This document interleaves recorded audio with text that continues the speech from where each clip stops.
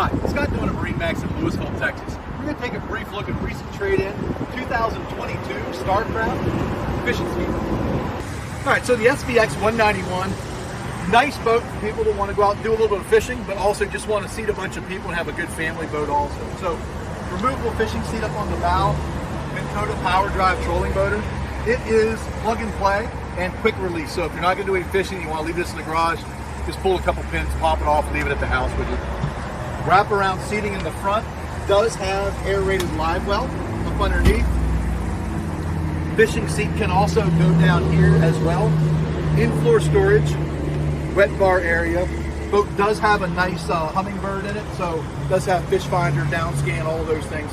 Wraparound seating towards the back and clean deck, not sea deck. So this one, when you get done fishing, you want to clean this boat out. A little bit of hose, a little bit of soap, deck brush, hose it out, let it air dry, you're done. So super easy boat to take care of.